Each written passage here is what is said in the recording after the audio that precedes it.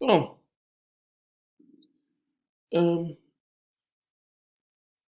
the a typical company which has ILM uh, has usually the upper positions and medium positions filled by the people who come to the company. The company might also have um, some positions which are close to promotion, but some positions that are completely open to, for promotion.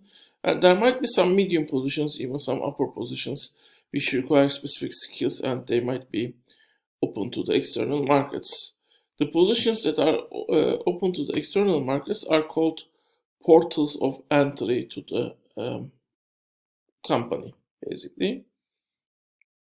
And when we have ALM as a factor that exists in the job market, we might divide the economy into two sectors, primary sector, where jobs, actually this is more than ILM, but jobs provides protection, implicit and explicit way. Implicit means, I mean, not stated, but basically uh, in an unagreed, in an unspoken way, those jobs give protection. Um, Workers in this sector primarily able to get better jobs as they stay longer in the companies they work for.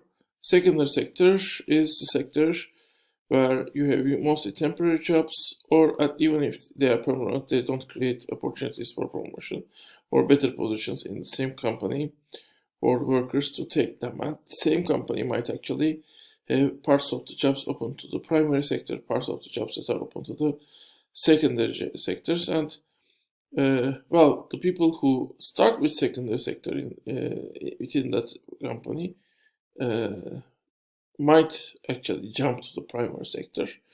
But to what extent actually the transfer between secondary sector and primary sector is possible is a questionable thing. I mean, well, in some cases, secondary sector, being in the secondary sector might also lack your opportunities, especially uh, if those secondary sectors don't let you develop skills necessary to jump positions in the primary sector, basically. And if your existing skills degrade as a result of being in the secondary sector. So the role of secondary sector is actually a big discussion. I mean, is it a step to the primary sectors, or is it, especially when it gets relatively larger, it is rather, does it rather mean that workers' working conditions and security is actually disappearing? I mean, does it mean that more and more this primary sector jobs are disappearing and secondary ones are increasing, or are the secondary sector jobs supporting actually primary sector, making them available? Are they able to? Are they in a way supporting each other? Maybe because these secondary jobs are filling some positions that are not able to. You are not able to fill with primary. You are not able to fill with the same logic of primary sector jobs. Maybe it might also make available certain type of workers like women and high school students, or college students, allow them to get to the labor markets by being more flexible in the secondary sector. So there is a plenty discussion going on the functions and effects of these sectors, basically.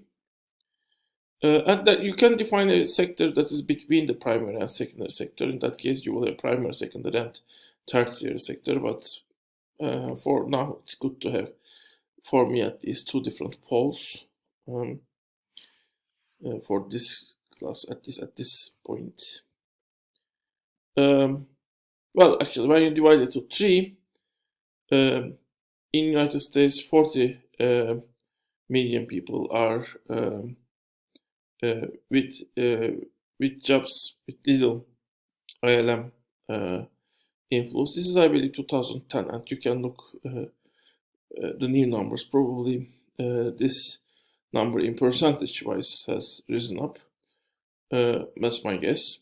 33 million workers work in jobs with high influence, and 37 million workers work in jobs with moderate ILM influence. So some promotions are possible, but not all the way to the top, and relative effect of the ILM is smaller in these jobs. So here are some statistics. These are percentage of men and women who worked more than at 45 and 49 between those years, that worked more than 10 years for the company. As you see, between 2000 and 2010, in Australia, Canada, France, Spain, UK, and US, that number has decreased, and it's lower for Australia, interestingly. France is the second one, the one with highest number. In Germany, actually, the number has increased, interestingly. Let's look to the woman, because this is for men. For women, it might be also interesting. In Australia, it has decreased. In Canada, it has decreased. In France, a little it has decreased. In Germany, it has drastically increased. Spain, it has decreased. And UK and US also decreased. So, same trend also exists here. Only maybe a little bit milder, and in case of Germany, it is stronger, but it still exists here also. So these are the people between 18 and 44, and you see what is the percentage of the people in USA with a job that has lasted at less than 1 year, that has lasted 5 or more years, and that has lasted until 2018. These are more interesting.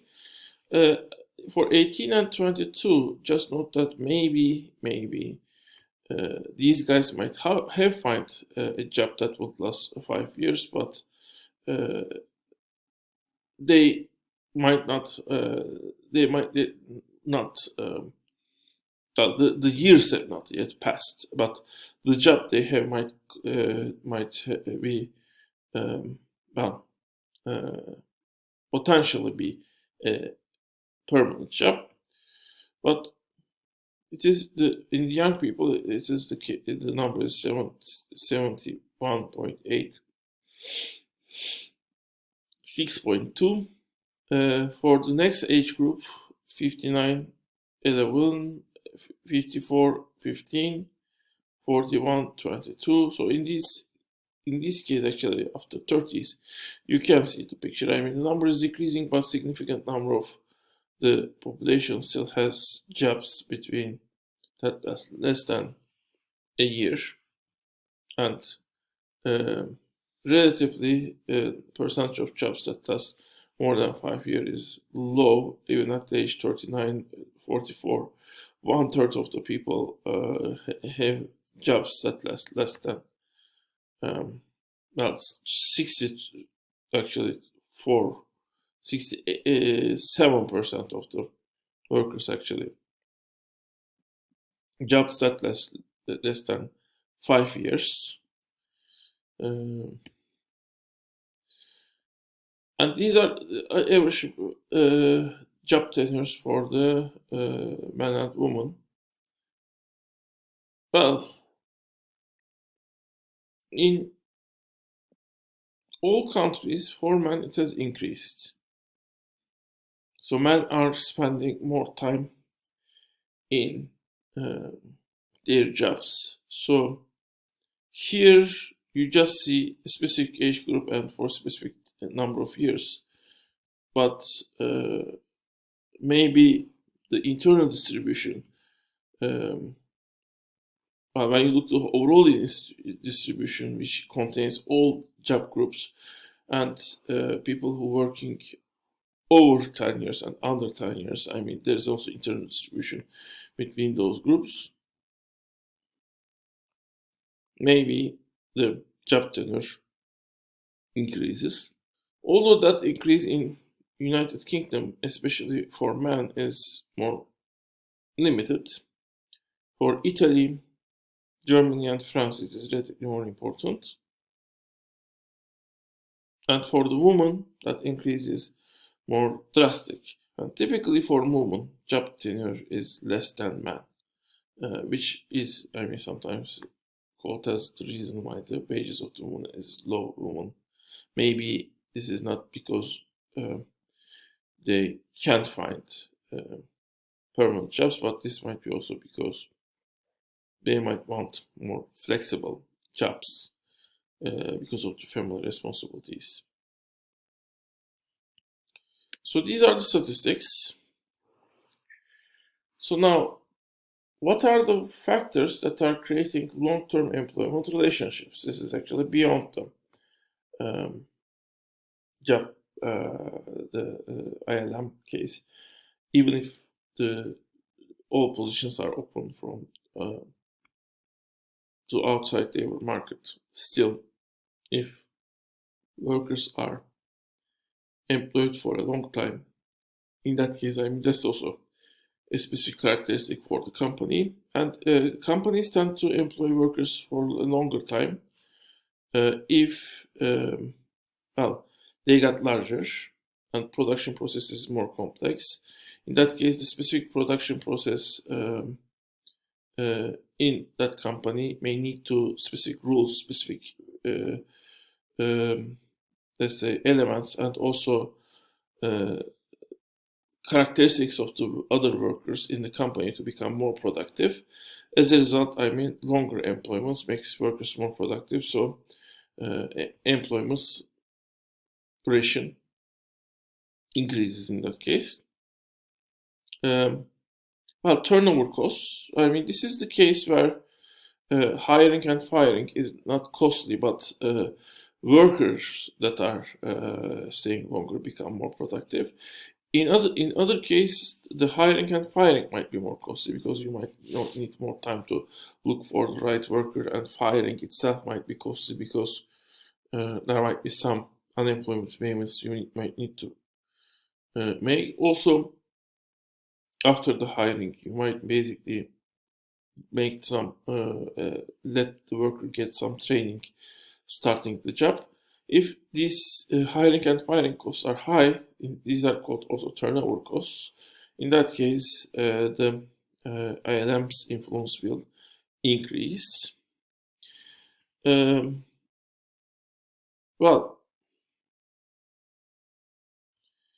ILM union activity itself might be basically one reason, basically. Well, it might be a way, one way that might actually increase the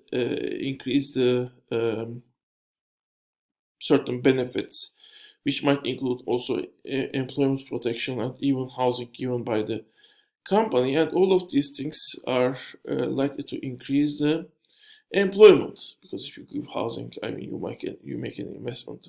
Moving the worker to the house itself is a cost, basically. So basically, unions might, in fact, increase the especially firing costs, basically, and it might be a way to it might basically one thing that increases the duration of the employment.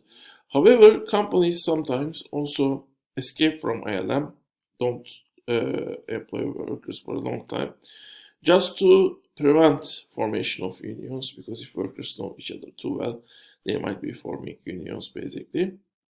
And governments can also create laws and legislatures that might basically encourage long-term employment, even enforce them in some cases. So we will continue in the next part.